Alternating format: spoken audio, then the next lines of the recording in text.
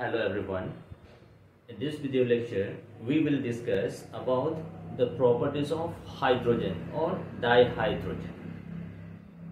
Now, having learned the hydrogen, some characteristics of hydrogen, properties of hydrogen, now it's time to discuss some of the important properties of this dihydrogen or simply known as hydrogen. So under this discussion of the properties of hydrogen, we will have physical as well as the chemical properties. So first of all, let me write down the heading, that is properties of dihydrogen. Properties of dihydrogen. So under this first we'll have physical properties. Physical properties. Now coming to the physical properties of this dihydrogen, this dihydrogen is a colorless, odorless, tasteless gas. This gas does not have any color, this does not have any taste, this does not have any odor. So the first point is, this is colorless, odorless and tasteless gas. So in room temperature and normal state, this exists as a gas, and this gas does not have any smell, this gas does not have any color, or this does not have any odor. That means we have a number of gas which is colored, which is having some particular taste, which also have some particular odor, but these hydrogen gas is none of them. The second property of this hydrogen gas, this hydrogen gas is a combustible gas, but this is not a supporter of combustion. I repeat, this is a combustible gas, that means this burns with oxygen to form certain compound, but this hydrogen does not support combustion. It is a combustible gas but not a supporter of combustion. That means combustion is the oxidation of a particular element to its highest oxidation state by use of oxygen. So when hydrogen reacts with oxygen, hydrogen is oxidized and to form some oxide, but this hydrogen does not support combustion.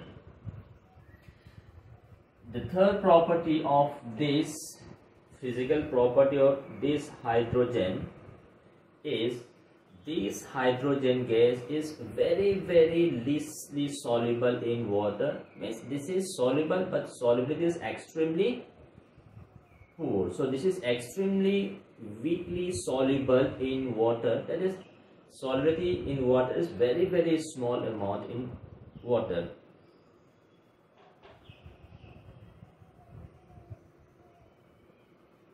Solubility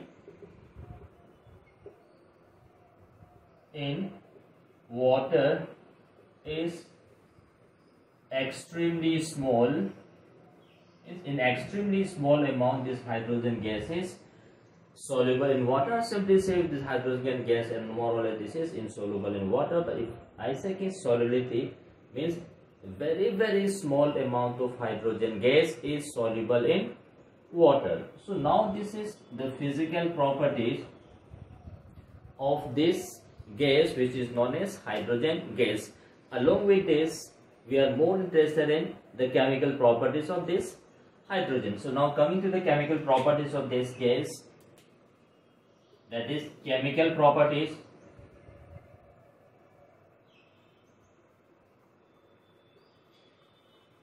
So chemical properties of this gas hydrogen.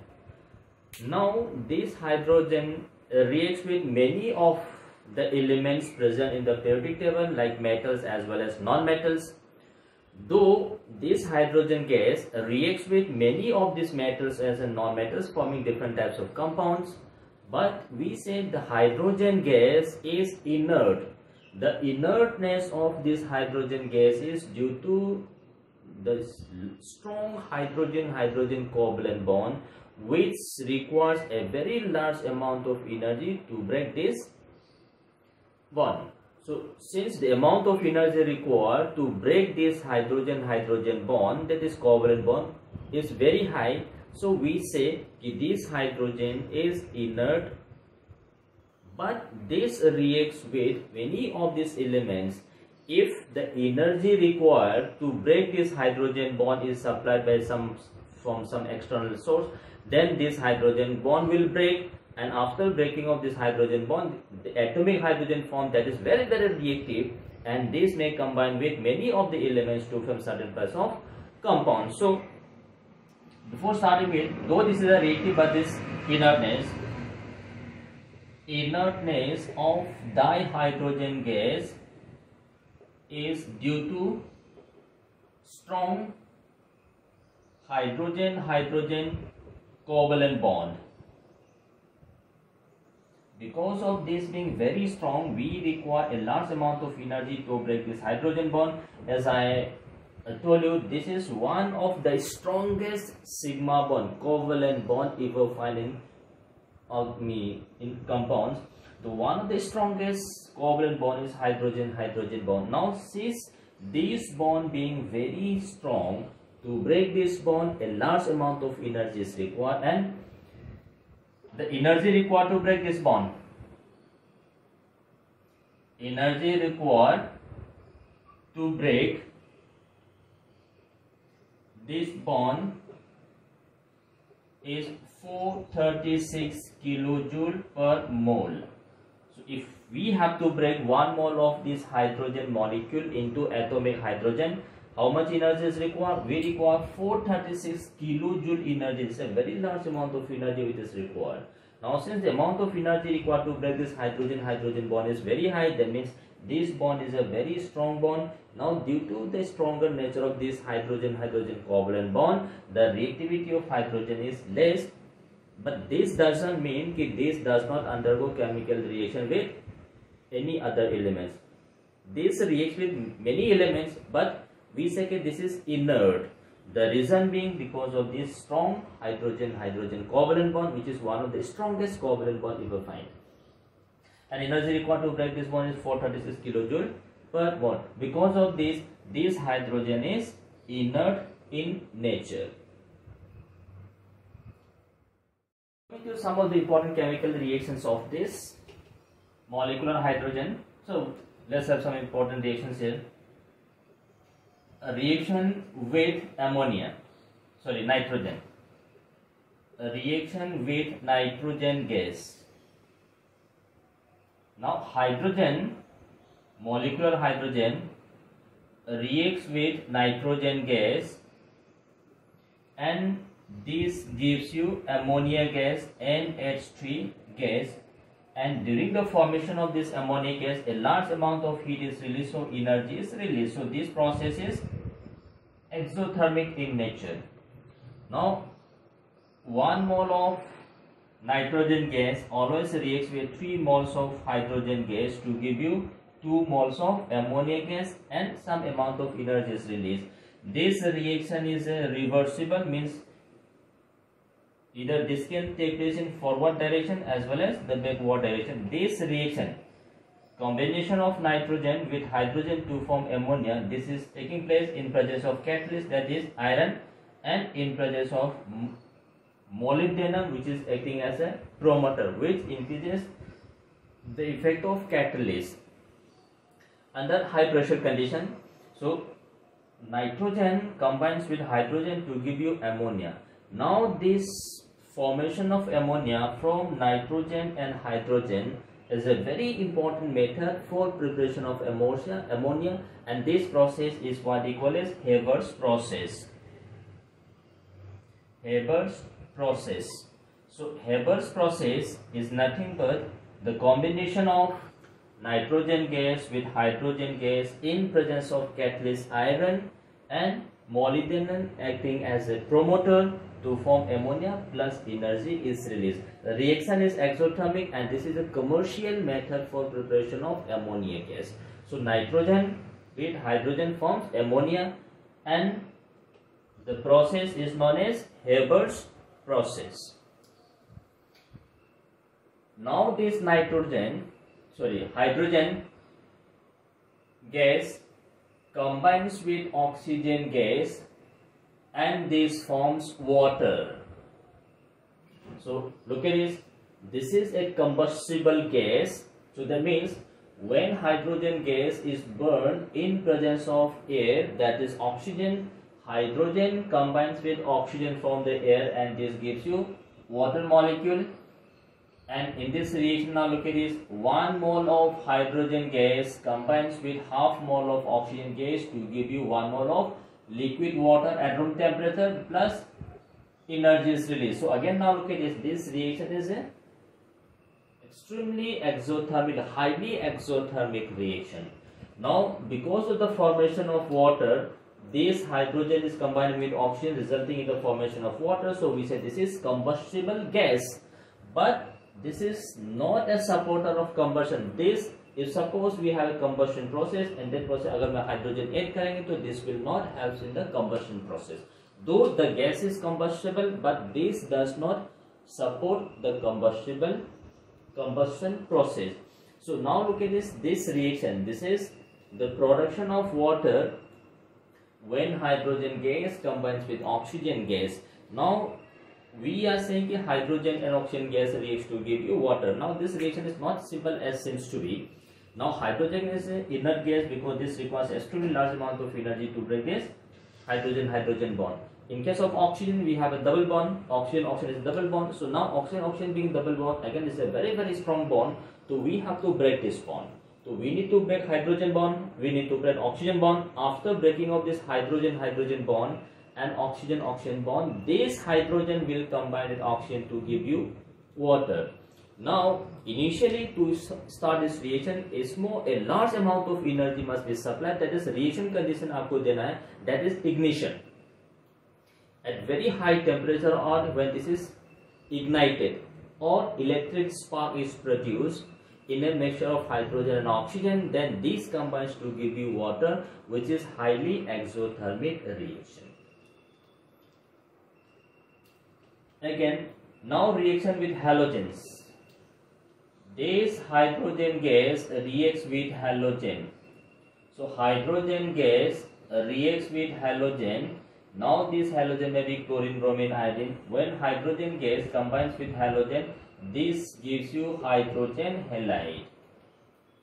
And this combination of hydrogen plus halogen to give you hydrogen halide reaction requires the presence of sunlight. But if we are having a fluorine, then a reaction can be carried out even in absence of light. So this says if fluorine is very reactive, whereas less of the halides, this chlorine, bromine, iodine being less reactive compared to fluorine, the reaction must be carried out in presence of light.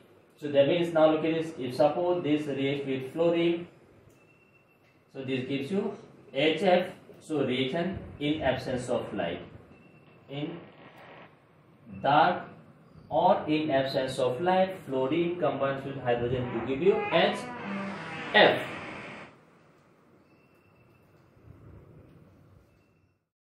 So reaction of hydrogen with fluorine, reaction occurs in dark condition or in absence of light. This shows that fluorine is very reactive when this gives you hydrogen fluoride. Hydrogen combines with chlorine, this gives you hydrogen chloride. The reactions require the presence of light. Hydrogen also combines with bromine. Again, this gives you hydrogen bromide. So again, reaction must be carried out in presence of light. Hydrogen combines with iodine. Again, this gives you HI. Again, reaction requires the presence of light. So in terms of reactivity, the fluorine is the most reactive and iodine is the least reactive. So reaction is fastest with fluorine. So it means when this hydrogen combines with halogen, giving rise to hydrogen halide. This reaction is a redox reaction in which hydrogen is changing from 0 to +1 and halogen is changing from 0 to -1. So there is a reduction here and hydrogen gas is oxidized. So all these halogens combines with hydrogen to give you hydrogen halide. The only difference is the fluorine के साथ most reactive reaction can be carried out even in dark condition or in absence of light. Next, this hydrogen gas reacts with electropositive metals. A reaction of this hydrogen with electropositive metals. Electropositive metals of alkali and alkaline earth metals combines with hydrogen to give you metal hydride. Group 1, group 2, that is alkali and alkaline earth metals reacts with hydrogen and this gives you metal hydrides. So suppose we have look at this lithium. So lithium combines with hydrogen when this gives you lithium hydride. Sodium combines with hydrogen to give you sodium hydride. Potassium combines with hydrogen, again this gives you potassium hydride. So similarly,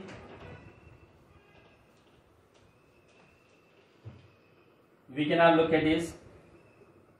Rubidium combines with hydrogen when this gives you rubidium hydride. Cesium combines with hydrogen when this gives you cesium hydride. So in all these hydride, metal hydride, these hydrides, hydrogen is in the form of -1 and metal is in the form of +1. Now this is also redox reaction in which hydrogen is changing from 0 to -1 and lithium changing from, or the metal, alkali metal changing from 0 to +1. So all alkali metals combines with hydrogen to give you metal halide. But as we move from lithium to cesium, the size of alkali metal increases. So therefore, the difference in size of metal and hydrogen increases. As the size difference between metal and hydrogen increases, the stability of these hydrides decreases. So the stability of hydrides, stability decreases as the size of central metal or the size of metal increases. Potassium, then we have rubidium hydride, then we have cesium hydrides. And so all these metal hydrides, these are ionic compound in which we have metal ion and H- ion. So these metal hydrides being ionic, these are known as salt-like crystalline. These are salt-like and crystalline. And similarly, alkaline earth metal, we have now look at this. Magnesium combines with hydrogen when this gives you magnesium hydride. We have calcium combines with hydrogen when this gives you calcium hydride. And in this hydride again, this metal is +2 oxidation state and hydrogen is -1. Again, now look at it, this is hydride. So all these metal hydrides are ionic in nature, involving redox reaction. Hydrogen is reduced from 0 to -1 and metal is oxidized from 0 to some plus oxidation state. So this is simply saying most electropositive metals like alkali and alkaline earth metals combines with hydrogen and this forms metal hydride. Next chemical property of this hydrogen reaction with unsaturated hydrocarbons, reaction with alkenes and alkynes, that is hydrogenation reaction. Now alkenes, we have alkene means carbon containing double bond, carbon double bond. Now these alkenes reacts with hydrogen in presence of catalyst. Normally we take this nickel, or we can take platinum, or we can take palladium. So alkenes combines with hydrogen in presence of catalyst when hydrogen is added to the carbon-carbon double bond. So this is addition of hydrogen. So alkenes and alkynes add with hydrogen to give you alkane. This is alkene, compound containing double bond. This is alkane. So alkenes can be converted into alkanes when this reacts with hydrogen in presence of catalyst. Any of these catalysts we can take. That is, suppose we have look at this ethene, CH2 double bond CH2. Now this reacts with hydrogen gas in presence of nickel catalyst, when this gives you CH3 CH3. Similar, now look at this, we can take this propene CH3 CH double bond CH2. Now this reacts with hydrogen gas in presence of nickel, when this gives you propane. So simply hydrogen will add to the double bond of alkene to give you alkane. Similarly, we can take this alkyne. Alkynes also react with hydrogen. The only difference is, in case of alkene we have a pi bond, so we have 1 mole of hydrogen. In case of alkyne we have 2 pi bond, so these 2 pi bond will consume 2 moles of hydrogen, again in presence of any of these catalysts.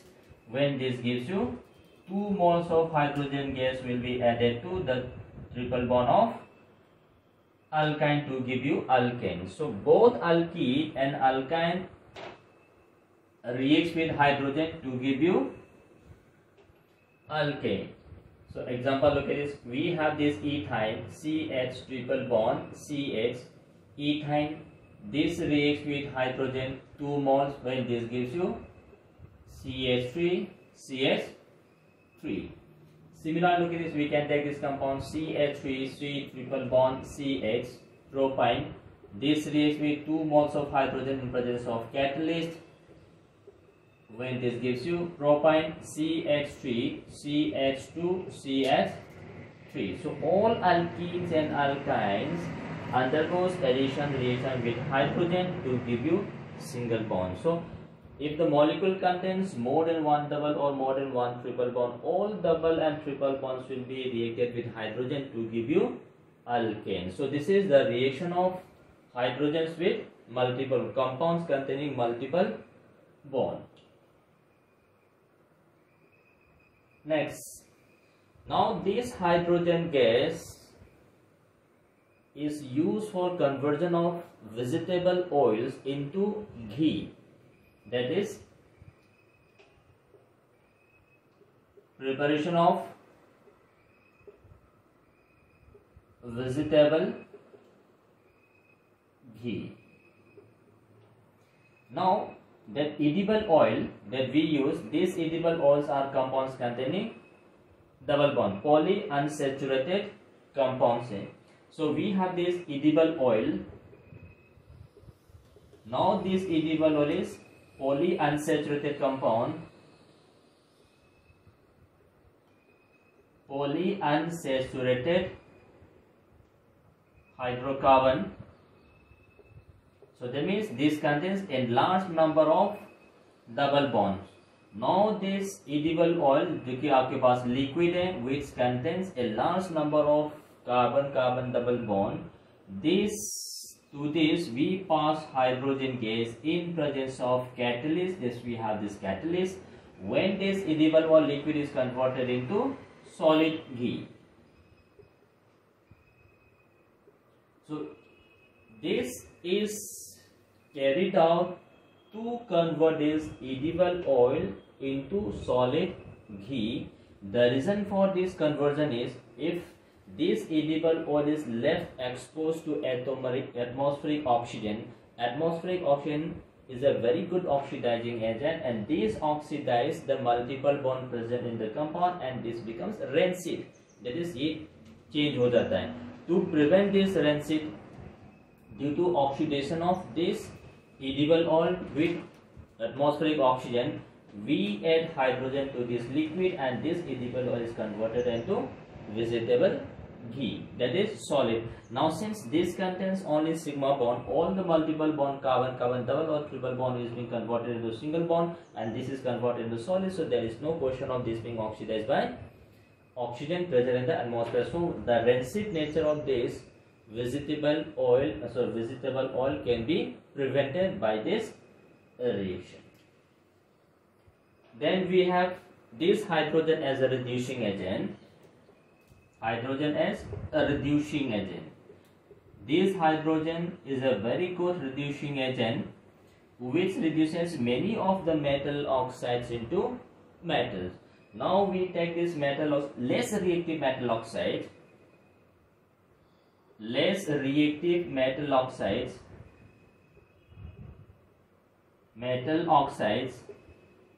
When metal react with hydrogen gas, this is converted into metal plus H2O. So more reactive metals like alkali and alkaline earth metal cannot be converted into metal by this hydrogen gas. This is for those metals which is less reactive than hydrogen. So this less reactive metal oxides on heating with hydrogen gas, this is converted into metal oxide. So suppose look at this reaction is, we have this MXOI, assuming this metal is less reactive than hydrogen. This combines with hydrogen when this is converted into X moles of metal plus Y moles of H2O. Now look at this Y mole, so we need to have Y moles of hydrogen gas. So this is how this metal oxide is being reduced to metal. Now in this reaction, take this example, we take this copper oxide. Copper oxide, when made to react with hydrogen gas, this copper which was present in +2 oxidation state now is reduced to copper metal with 0 oxidation state, and this oxygen combines with hydrogen to give you water. Similarly, look at this, we can have look at this Fe3O4 oxide of iron. Now when this is heated with hydrogen gas, this is converted into iron. Initially this was iron, now this is reduced to 0 state, and this combines with hydrogen to give you. So this is the less reactive metals oxides. On reaction with hydrogen, the metal is reduced. Apart from this, as I told you, this cannot be used for reduction of highly electropositive metals of group 1 and group 2. Group 1 and group 2 metals being very reactive, these are the strongest reducing agent which cannot be reduced by this normal reducing agent, that is hydrogen. So we can have less reactive metals. These metals can be reduced by use of this hydrogen gas. Apart from this, some of these metal ions can also be reduced by this hydrogen. Suppose we have look at this metal ion lead +2. Now this metal ion, aqueous solution of this metal ion, to this aqueous solution, if hydrogen gas is passed through, now this is converted into lead. Why this hydrogen is acting as a reducing agent? It will be oxidized. Similar, look at this, we can have this palladium Pb2+, aqueous solution of palladium. To this, if suppose hydrogen gas is passed through, then we say this palladium is reduced from +2 to 0. So apart from this metal oxide, if we have some aqueous solution of metal ion, this aqueous solution of metal ions can also be reduced to metal if we pass through hydrogen gas to this aqueous solution. After this chemical properties of hydrogen and physical properties of hydrogen, let's have a glance at the importance of this hydrogen. Now look at this, liquid hydrogen mixed with liquid oxygen is used in rocket as a rocket fuel. Now look at this, what is happening is, when hydrogen combines with oxygen, this gives you water. Along with this water, a large amount of energy is released. That energy released during the formation of water from hydrogen and oxygen, that energy is used for running of this spacecraft. And the byproduct, that is water, that byproduct water form is used for consumption by the astronaut. So now this serves a dual purpose. The first, the product form, that is water, that water is used for consumption by this astronaut, and during this process the energy release, that energy release is used for running this space. That is, now look at this, and this liquid hydrogen mixed with oxygen, that is what we call as fuel cell. Now this cell was used in Apollo spacecraft. When hydrogen combines with oxygen to give water, that water was used for consumption by these astronauts, and the energy release that is used to run the Apollo spacecraft. So this is a rocket fuel. Second, now look at it. This is used for reduction of heavy metal oxides to metals and metallurgy, that we have seen just earlier. We have metal oxides which is less reactive than hydrogen, and some of the metal ions from this aqueous solution can be easily reduced to metal, and this production of metal from its compound, which is what we call as metallurgy. So in metallurgy, the less reactive metals, that is heavy metals, and that is transition elements, those metals can be easily converted from their metal ions or oxides to corresponding metals. Then this hydrogen is used for hydrogenation of vegetable oils, as just I have mentioned you. Vegetable oils, that is liquid, contains unsaturation, that is number of double bonds is present. Now this double bond, if left open, then atmospheric oxygen oxidize this double bond, and that oil becomes rancid, that is change in the taste of this oil, that is due to oxidation. Now to prevent this oxidation, what we do is, this vegetable oil is made to react with hydrogen gas. When this is converted into ghee, that is dalda, vanaspati ghee, that we consume in our day-to-day life. Then this is used for preparation of ammonia, that is what we call as Haber's process. Nitrogen combines with hydrogen in presence of iron and molybdenum as a promoter, gives you ammonia. This reaction is an exothermic reaction, and this ammonia which is produced is the starting material for a preparation of the number of fertilizers that we use. Then this is also used for preparation of metal hydrides. Metal hydrides has got a very important characteristics. So we require the preparation of metal hydrides, that is the very reactive alkali or alkaline earth metals can be converted into their hydrides for the preparation of metal hydrides. Then we have now this fuel cell for generation of electrical energy, as I have just told you. This hydrogen oxygen, now this can be continuously supplied from outside, and we are continuously supplying hydrogen oxygen. The reaction is taking place between hydrogen oxygen, water is formed, energy is released. That energy release is converted into electrical energy, and this is used for electrical appliance, that is what they call as fuel cell. In preparation of organic compounds, many of these organic compounds can be prepared by use of this hydrogen, because all organic compounds contain carbon and hydrogen. So for formation of this we require hydrogen. One of the very important property of this is, this hydrogen finds its application in atomic hydrogen and oxyhydrogen torch for cutting and welding. Now let me explain you this atomic hydrogen and oxyhydrogen torch for cutting and welding. As we have seen, this hydrogen bond, one of the strongest bond. So we have this hydrogen. This is a very strong bond which requires 436 kilojoule per mole to break this bond. So now we supply energy. Greater than energy required to break this bond. So we supply this energy to this molecule, and this molecule breaks into two atomic hydrogen. This is atomic hydrogen.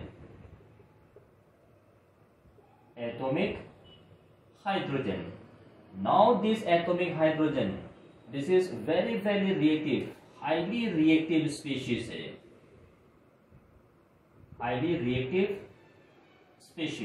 So the moment this atomic hydrogen is formed, this atomic hydrogen again combines with each other, and this gives you molecular hydrogen, and enormous amount of energy is released.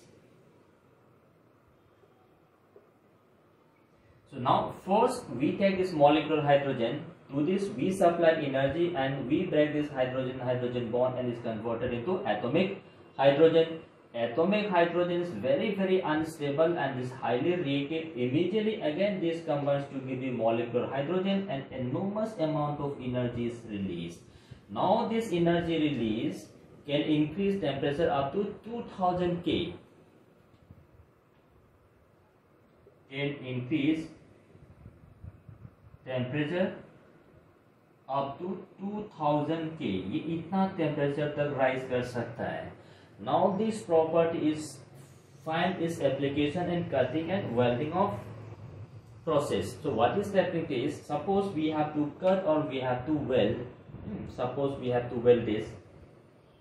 Over this metal जो iron जिसको हम लोग welding करना है, over this we place hydrogen gas. इसमें hydrogen gas रखा.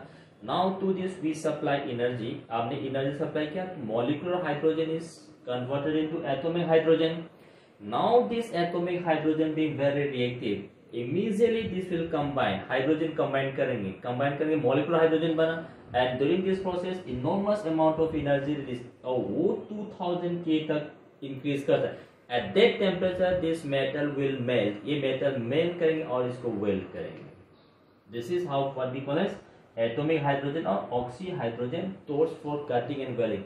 Similarly, अगर इसको cut करना है, we place hydrogen over this.